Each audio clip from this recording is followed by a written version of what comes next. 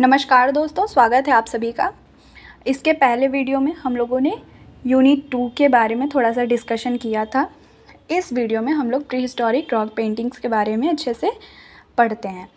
तो पहले हम लोगों ने जान लिया था कि प्री हिस्टोरिक एज क्या है। जिस एज के हमें कोई रिटन एविडेंस नहीं मिलते, क्योंकि उस समय लिखावट की शुरुआत हुई ही नहीं थी। कोई भी ग्रंथ उस काल के इतिहास के पुनर्निर्माण में उपलब्ध है ही नहीं।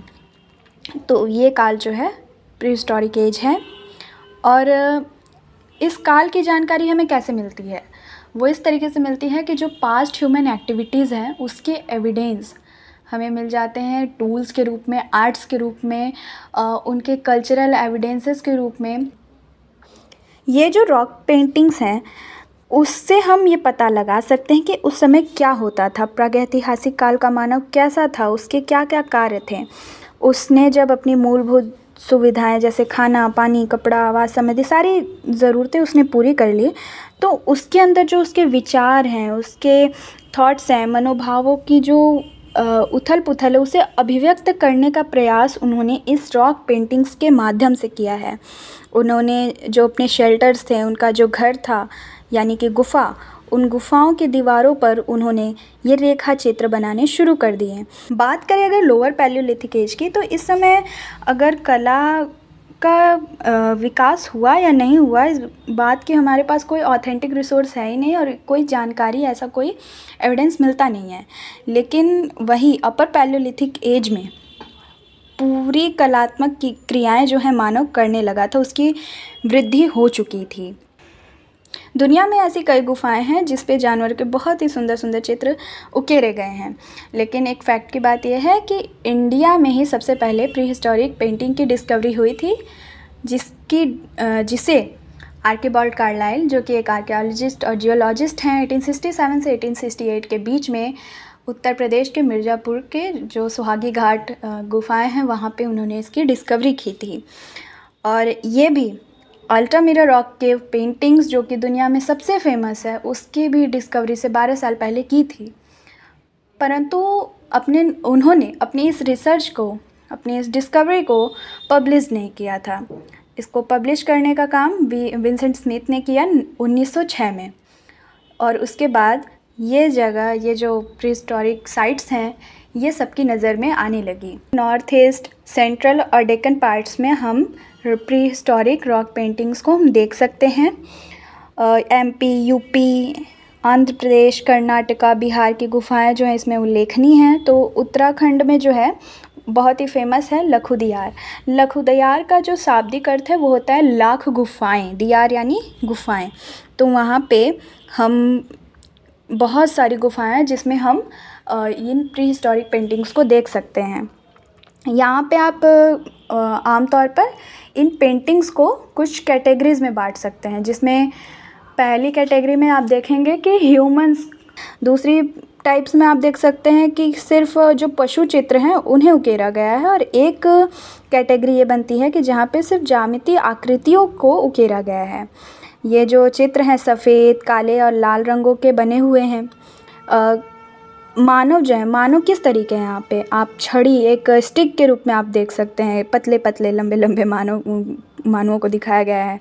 कई जानवरों जैसे बाइसन है, छिपकली है, लोमड़ी है, ऐसे ऐसे जानवरों का उन्होंने चित्रण किया है। और ज्यामितीय चित्रों में अगर आप देखें तो उसमें लहरदार रेखाएं हैं, आयताकार ज्यामितीय डिज़ाइनों और बिंदुओं जैसे समूह का चित्रण किया गया है। और लखुदियार में जो रॉक पेंटिंग्स हैं उसमें आप देखेंगे कि मानव जो है एक झुंड में हाथ पकड़ के नाचते हुए दिखाए गए हैं। कुछ चित्र पहले से बने हुए हैं और उन पे ही परत चढ़ा चढ़ा के कई परतों में पेंटिंग्स बनी है, यानी कि एक पेंटिंग बना दी, पुरानी हो गई, उसके ऊपर एक दूसरी परत चढ़ा दी, फिर एक नई पेंटिंग बन गई, वो भी पुरानी हो गई, लो एक नई परत चढ़ा देते, फिर दूसरी पेंटिंग बन जाएगी। तो इस तरीके से परत दर परत उन्होंने अपनी पेंटिंग्स बनाई हैं। कुछ पेंटिंग्स हैं जिसमें पहले काले रंग का प्रयोग करके चित्र बनाया गया है, फिर उस पर लाल रंग है और फिर सफ़ेद रंग है। तो कुछ इस तरीके से उन्होंने अपने कलर्स का प्रयोग किया है। दोस्तों, आपको कश्मीर में भी सिर्फ 2 उदाहरण मिल जाएंगे जहाँ पे मतलब रॉक को एक कैनवस के रूप में यूज़ किया गया है। वही सदर्न इंडिया में आप देखें तो आंध्र प्रदेश और तेलंगाना का जो क्षेत्र है कर्नाटका का, वहाँ पे आपको कुप्पगुल्लू, पिक्लिहल और टेक्कलकोट्टा जैसे जो क्षेत्र हैं वहाँ पे आपको नियोलिथिक एज के पेंटिंग्स मिल जाएंगे। कुप्पगुल्लू में एक ऐसा दृश्य दिखाया गया तो जो शायद थोड़ा विचलित कर दे, जिसमें एक कामोद्दीप्त पुरुष है वो कई स्त्रियों को भगाकर ले जाते हुए दिखाया गया है। कुछ सुंदर सुंदर शैल चित्र मध्य प्रदेश के विंध्याचल की श्रृंखलाओं में भी मिलते हैं। उत्तर प्रदेश की कैमूर की पहाड़ियाँ भी इसमें सम्मिलित हैं। ये पहाड़ी श्रृंखलाएं जो हैं पूरा पाषाणकालीन और मध्य पाषाणकालीन अवशेषों से भरी पड़ी हैं। तो ये एक तरीके से उनका बहुत बड़ा शेल्टर था। यहाँ बहुत सारी आपको रॉक पेंटिंग्स देखने को मिल जाएंगी।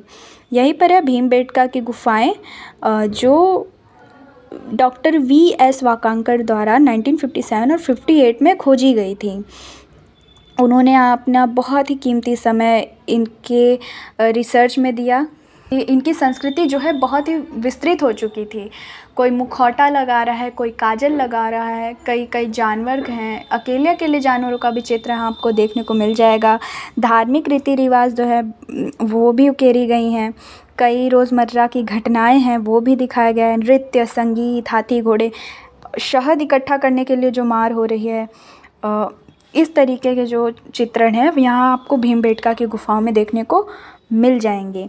इस भीमबेटका में जो आपको पेंटिंग्स देखने को मिलेगी वो बहुत ही विस्तृत है, तो इसलिए उसको कई कालों में बांट के पढ़ा जा सकता है। तो जैसे कि अपर पैलोलिथिक पीरियड में बांटा गया है, मेसोलिथिक पीरियड में बांटा गया है, तो इस तरीके से पीरियड बाय पीरियड उसको बांट के आप इसको पढ़ेंगे। हालांकि आपको बहुत ज़्यादा अंदर घुसने की ज़रूरत नहीं है क्योंकि इतना डिटेलिंग में क्वेश्चन पूछता नहीं है। आप पढ़ सकते हैं चाहे तो। आप अगर कोई अच्छा सोर्स चाह रहे हैं कि तुरंत पढ़ लें तो आप 11th क्लास की NCERT जो है आर्ट्स की, आप उसे पढ़ सकते हैं।